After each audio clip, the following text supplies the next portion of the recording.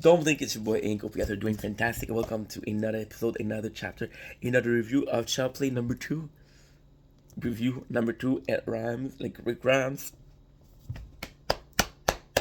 Hope you guys are doing well. Let's go with chapter 9. Again, I apologize for the misinterpretation of the chapters. Every time I was thinking, like, the guy, when he reads, he takes pauses. So, chapter 9, Kyle worried because she heard a scream, so she checked any door, but any door is locked, right? Phil is here, and Phil is like, yo, Andy, open up. And, Phil is more, like, strict than Joanne, so he's like, nah, you're not gonna close the door. And he's more nonsensical, like, kid, you're not gonna fuck me over and lock my door in my own houses. Fuck that. Oh, fuck that. We had a phrase called backdoor, and possibly that timeline is where she's checking on the lock is here. He wants to force the door. Phil wants to force the door by grabbing it, but it's one of those old houses and the door are super good. So Kyle, she goes in her room and she gets a night nail filer trying to open the door, revealing that she knows how to pick locks. So that's kind of like, oof. What lock did she pick? But then again, she's trying to help, right? Phil's impressed, but he doesn't know what to do. They reconfort Andy, who's in shock. So Andy, as a kid, is not. He put himself over the cover, but then he won't let anybody take out the cover. So it was kind of cool. Gal, she. It seems like she's jealous. I don't know. It doesn't mention her emotions, but because Andy's getting a lot of attention, and the dream of Chucky, he said was what really happened, and now we have the confirmation that the doll wasn't Chucky. It wasn't. It was just a dream. We got Phil who repairs the damage because he's screaming and says, "Yo, guess what, dude?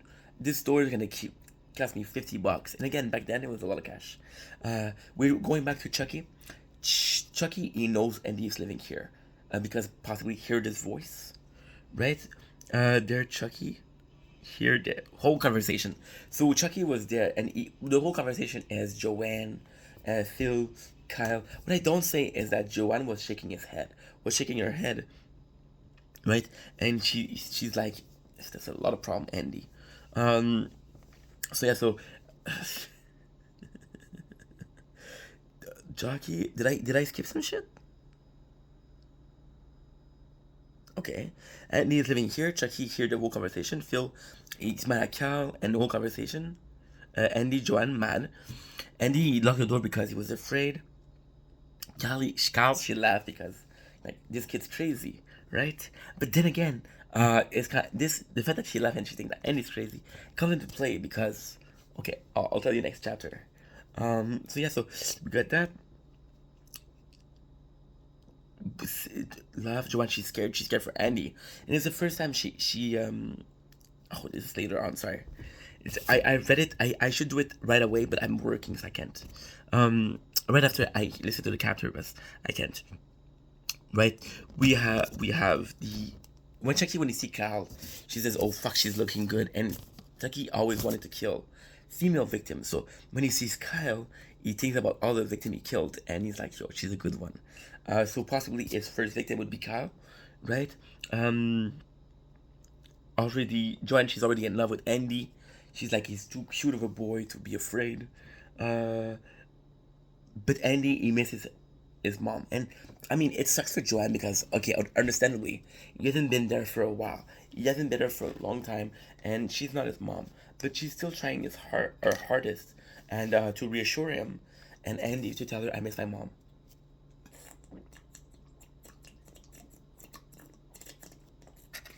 And it's an evolution here of character because Andy's like, will I ever see my mom again?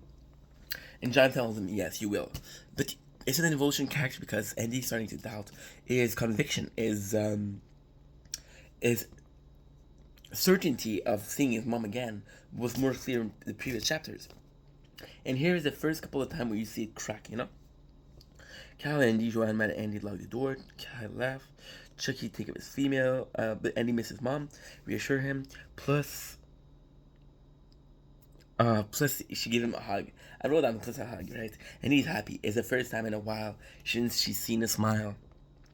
Chucky's in a bad situation because he's in a house, and Chucky, he can't run that fast. He's like fast for a doll, but he's still a fucking doll. So he's like, yo, and that's before.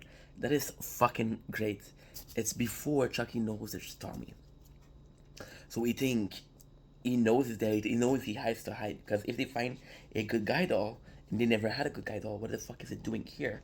And then they say if it's Chucky says if they see me a doll moving, then they'll believe Andy, right?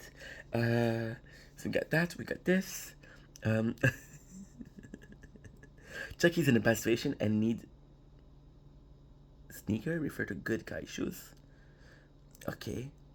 Oh, he needs to hide. Sorry. He referred to the sneaker as a good guy shoes. He feels like a kid, and then it happens. He finds a mirror, and that's a beautiful scene. Chucky, he knows what a good guy doll is supposed to look like, and him, he looks older. He looks a lot older. Like the hairs are missing. He's looking like shit, and that's because he's aging, and the doll is not supposed to age, so it has a very short lifespan. Right, mirror. So stumble on Tommy.